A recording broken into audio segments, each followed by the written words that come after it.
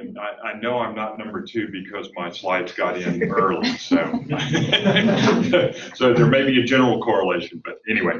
I'm going to just give kind of an overview of my background and the different kinds of things that are going on in my lab.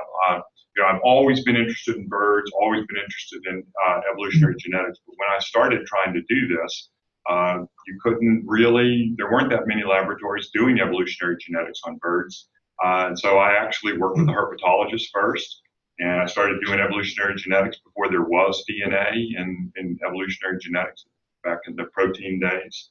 So had to make the transition to working at the DNA level, not by working in an evolutionary lab, but by working in biomedical laboratories. So I had a whole postdoctoral career in cancer, oncogenes. I worked on the evolutionary origins of the AIDS virus, things like that in the 70s and 80s until the technology got to the point where we could bring it back to non-model systems. So then in the mid-80s, I came back to birds, and I've been doing avian evolutionary genetics ever since. Now everyone's calling themselves a genomicist. We're slowly getting there. I've realized now it's a bigger transition to become a genomicist in real life than just to say you're a genomicist. So, but we're working on it.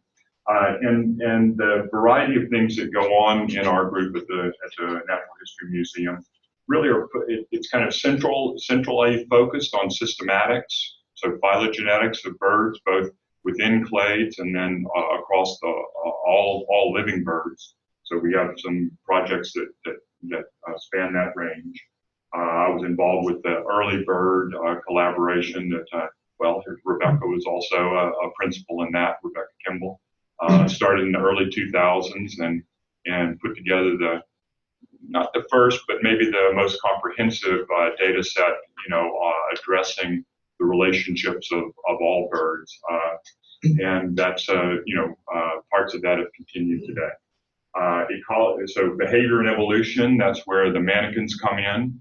So I've been interested in the speciation process and the genetic underpinnings of speciation using bird hybrid zones as a model system.